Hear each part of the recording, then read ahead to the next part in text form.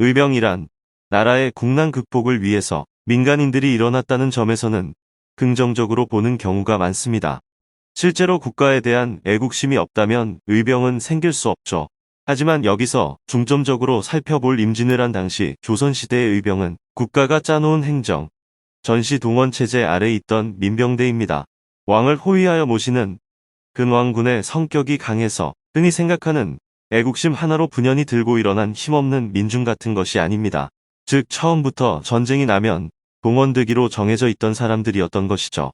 임진왜란 초기의 의병은 정교하게 짜놓은 동원체제로 원래 관군으로 편입될 인원들이 일본군의 지나치게 빠른 진격 속도와 교총을 앞세운 강한 전투력으로 인해서 일시적인 전시 공황 상태에 빠지게 됩니다.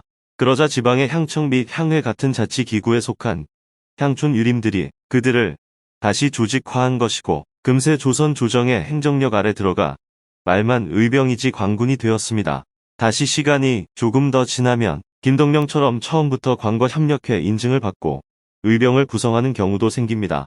물론 단순히 의기로 시작했던 사례도 적지 않지만 규모가 일정 이상 커지면 자연히 국가 행정체제 안으로 들어갔습니다. 조선 왕조의 이러한 전시 동원 체제는 앞선 고려 왕조의 예를 참고로 했습니다.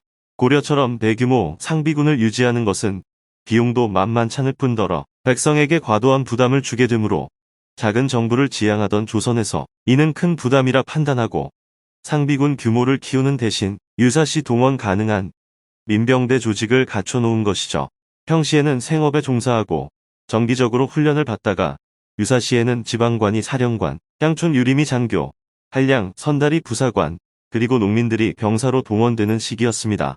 이들을 운용하는데 필요한 물자나 군량 등은 관에서 지원해주는 경우도 있었으나 주로 향촌 유림들이 자신들의 가산을 써서 조달하는 경우가 많았습니다. 즉 조선 의병은 생업에 종사하며 틈틈이 훈련받고 전시가 되면 동원되는 현대의 예비군 같은 모습을 가지고 있었던 것입니다. 국가의 입장에서는 비록 자신들이 의병의 밑바탕이 되는 민병대를 조직을 하기는 했지만 의병들이 사실상 마냥 달갑기만 한 존재는 아닙니다.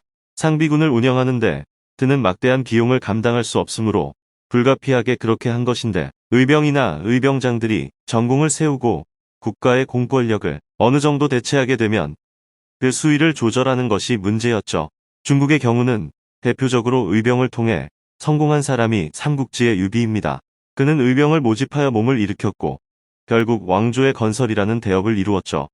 유비 이외에도 역사적으로 나타나는 수많은 군벌들이 그런 경우입니다. 하지만 조선에는 유비 같은 사람들이 없었습니다. 중앙정부의 행정력이 전국 각지에 촘촘하게 뻗어 있었기 때문이죠. 그래서 국가 시스템이 살아있다면 되도록 정규군에 편입시키려는 시도를 합니다. 조선도 임진왜란 당시 모인 의병들 상당수를 관군으로 편입시켰습니다.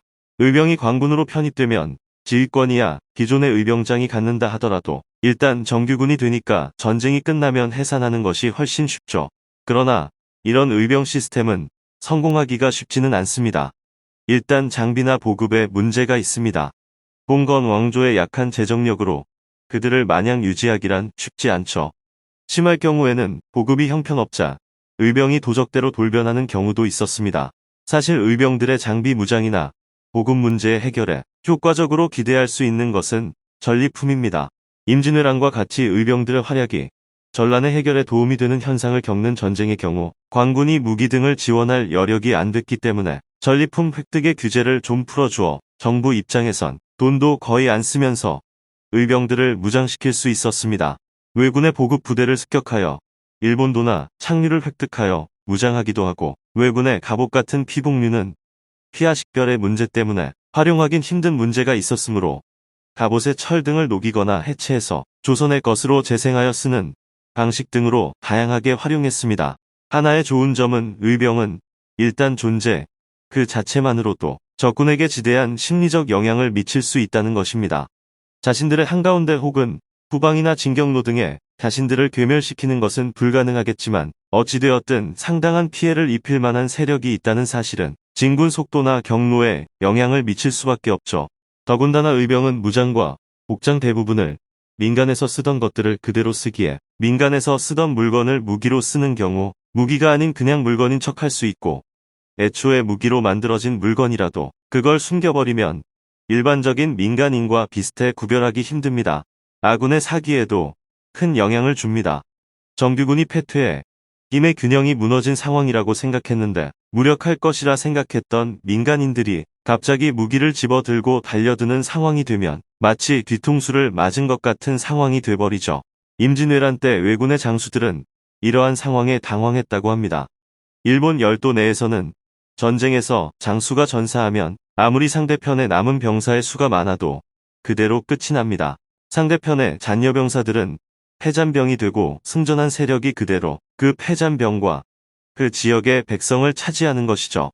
만일 저항하는 백성이 있다면 이들은 몰살시키거나 지배층을 넘기도록 유도하는 것이 전국시대의 상식이었죠.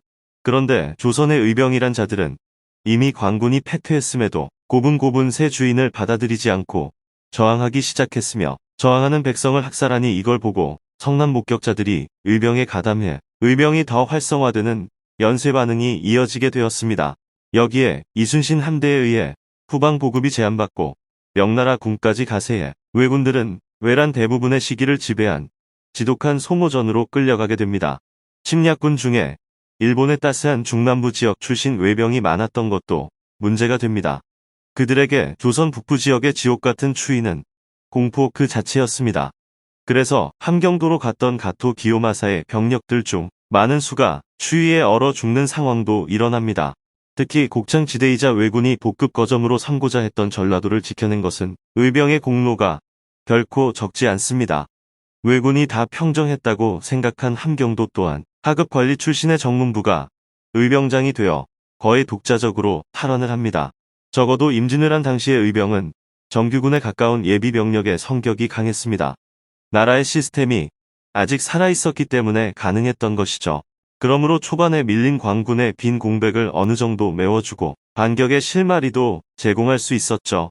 반면에 구한말의 의병이 그다지 강하지도 않았던 일본 세력에 의해 속절없이 폭도로 몰려 학살당한 것은 물론 다른 요인도 많았지만 나라의 시스템이 이미 그들을 활용할 능력이 사라졌기 때문에 벌어진 참사였던 것이죠.